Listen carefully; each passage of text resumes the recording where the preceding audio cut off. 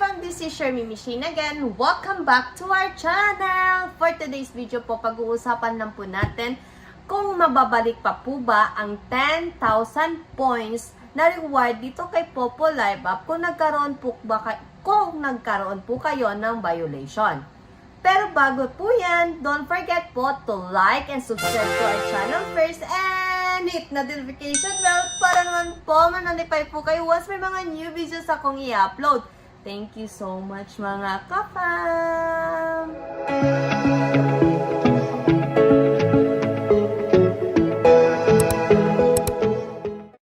Gusto niyo po bang kumita every month ng ganitong halaga? Join our team now!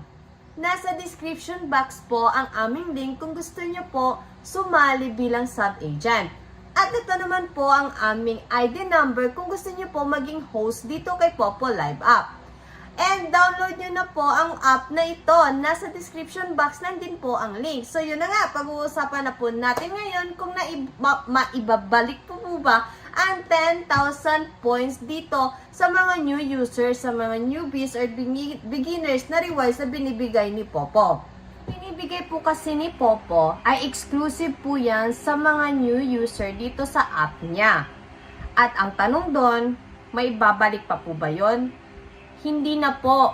Once po kayo po ay nagkaroon na po ng violation. Dapat po alamin po ninyo kung ano po yung rules ni Popo sa pagsosolo live dito sa kanya para po iwas po tayo sa violation.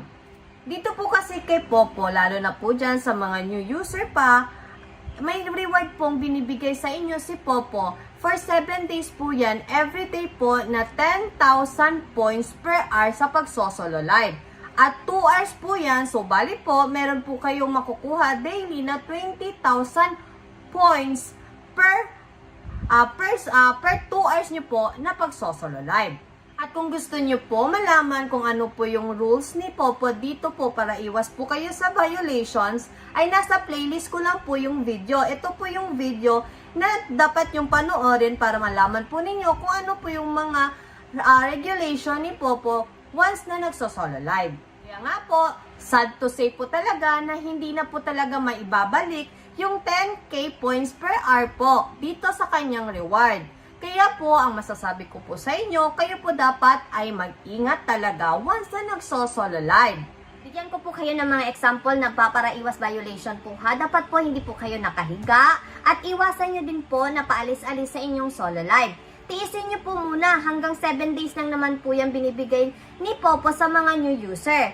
So, bali po, sa 1 week na po yan, pag once po kayo walang violation, ay makakapag-cash out po kayo agad-agad yan. Saan po kayo makakakuha ng $10 po, a total of 500 plus pesos na po yan. At yun lang po ang gagawin nyo, di ba? Kaya mga ka-fam, once na nagka-violation po talaga dito, ay automatic na po talaga makakancel ang inyong newbies task. So, ingat po talaga always. Yun lang po talaga ang masasabi ko. Mag-ingat at basahin po ang kanyang regulation dito. So, mga ka-fam, sa mga willing pong gustong sumali sa aming agency at maging sub-agent namin, nasa description box lang po ang link. At ito po yung aming ID number kung gusto nyo po maging host dito sa aming agency. At ito naman po ang aming Facebook page. Kung may mga katanungan po kayo, i-chat nyo lang po kami at huwag po kayong mahiya. Please like and follow din po ang aming Facebook page. So this is your Mimi Shane again. Thank you for watching and see you on our next vlog po. Bye-bye po!